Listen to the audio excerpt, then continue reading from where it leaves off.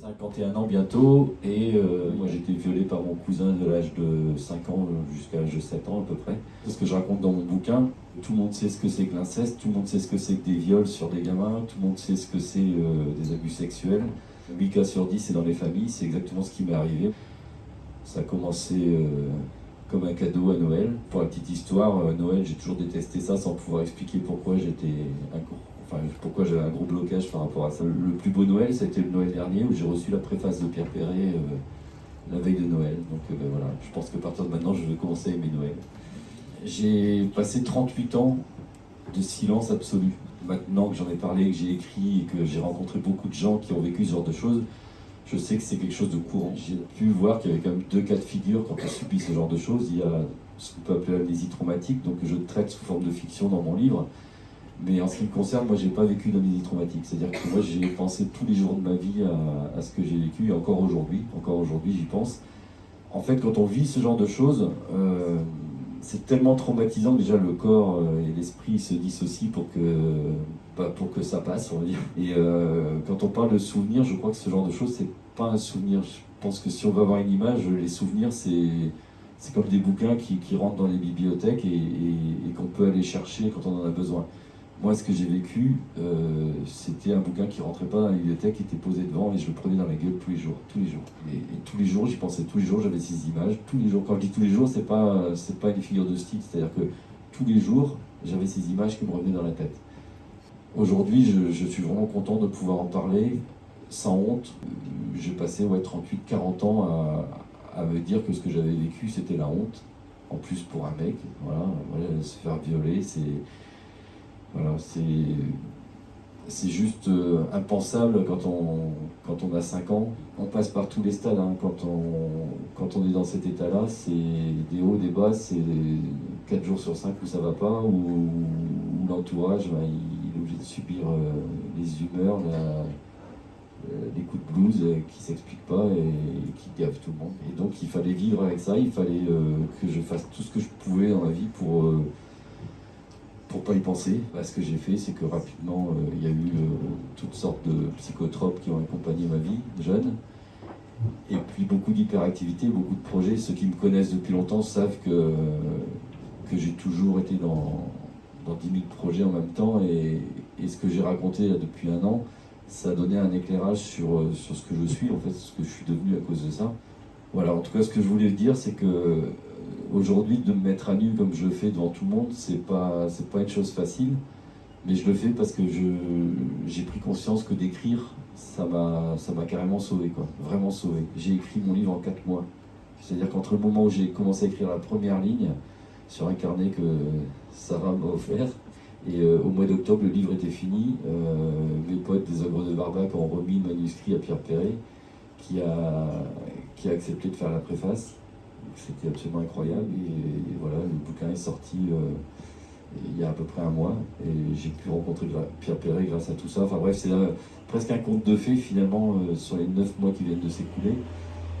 Et je me sens un peu le devoir de donner de l'espoir aux gens en disant que ce qui m'arrive, ça peut arriver à d'autres. Dans mon livre, en fait, j'ai raconté donc 5 histoires qui sont le fruit de ce que j'ai pu comprendre de ce phénomène qui est hyper répandu, puisque maintenant que j'en ai parlé autour de moi, les langues se délient et les gens parlent, et j'ai beaucoup de gens qui m'ont raconté des choses qu'ils ont subies aussi et qui n'en avaient jamais parlé. Donc ce que j'ai voulu, c'était dresser sur un livre assez court les différentes stratégies de survie qu'on peut avoir quand on a vécu ce genre de choses. À savoir que moi, ça a été de lutter pour vivre, même si j'ai souvent eu envie de lâcher l'affaire. J'ai écrit ensuite une deuxième histoire, Lutter pour mourir, qui est une histoire vraie aussi, qui est l'histoire de mes super amis que je connais depuis tout jeune, qui ont eu une fille, qui aurait eu l'âge de ma grande fille, qui a subi des abus sexuels à l'âge de 14 ans et qui, contrairement à ce que moi j'ai pu essayer de faire, elle s'est laissée dériver dans la rue avec des punks à chiens, etc. Elle est décédée d'une overdose de crack l'an dernier. Donc il y a eu ces 2 histoires, lutter pour vivre, lutter pour mourir, et j'ai voulu faire 3 autres thématiques autour de ça, qui pour le coup ont été illustrées sous forme de fiction qui sont graves aussi à mon sens, puisqu'il y en a un qui traite du déni qui est lié à la religion, c'est-à-dire que certaines personnes peuvent subir ça et se plonger dans la religion qui va leur faire penser que tout ça c'est normal et que, Inch'Allah, c'est Dieu qui a voulu et c'est Dieu qui fait que tout ça est arrivé et c'est pas grave. Et ça n'engage que moi, mais l'aversion que j'ai par rapport à tous ces mouvements, quels qu'ils soient, et qui affectent le côté cérébral des gens en état de faiblesse. Et donc ça, c'est quelque chose qui me révolte. L'autre aspect, c'est une fiction sur quelqu'un qui a subi et qui reproduit.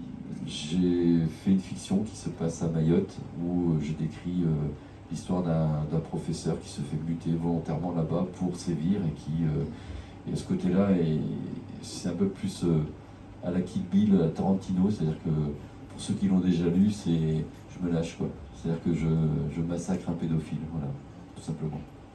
Chose que j'ai pas pu faire parce que moi j'ai pas de procès, j'aurai jamais de procès.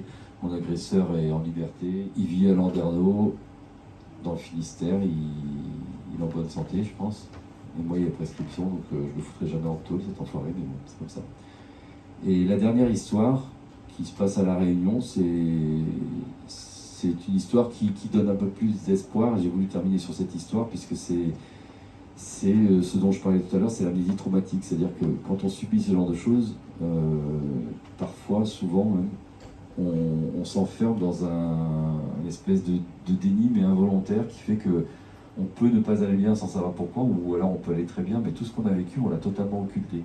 Que quand ça sort, c'est d'une violence inouïe, quoi. Dans cette histoire, en fait, c'est une personne qui subit ce genre de choses et qui rejoint son fils à La Réunion, qui retrouve des amis. En l'occurrence, j'intègre dans cette fiction des gens qui existent vraiment, dont les ogres de Barbac, dont Donita, je sais pas où elle est là. Et donc, et voilà, je termine sur une note positive, puisque tout ce bouquin, il est accompagné de musique, puisque en fait la musique, ça a été toute ma vie, même si je suis pas musicien, moi c'est tout ce qui m'a permis de m'en sortir. Je dirais que quand c'était pas les idées noires ou les psychotropes, c'est les mots et la musique moi, qui m'ont permis de m'en sortir. Et mes nouvelles en fait sont accompagnées de musique qui m'ont marqué ou qui ont marqué la petite Laurette qui est décédée à 23 ans. Et j'ai voulu que tous ces morceaux se retrouvent à la fin du livre sous forme de QR code pour que le lecteur puisse lire et éventuellement, s'il ne connaît pas le morceau, aller peut-être se plonger dans la mélodie et comprendre un peu l'état d'esprit dans lequel je dirais, le narrateur se trouve au moment de ce passage. Donc voilà en quelques mots ce que je peux dire de ce livre qui est un premier livre pour moi. En toute sincérité, je lis beaucoup mais je n'ai absolument jamais écrit. Donc c'est un premier essai qui m'a donné envie de continuer ce que je fais maintenant parce que j'ai continué à écrire. Je suis en train de bosser sur un roman, mais voilà, quelque chose qui va être un peu moins plombant et où je vais pouvoir me lâcher un peu plus et déconner et faire rire.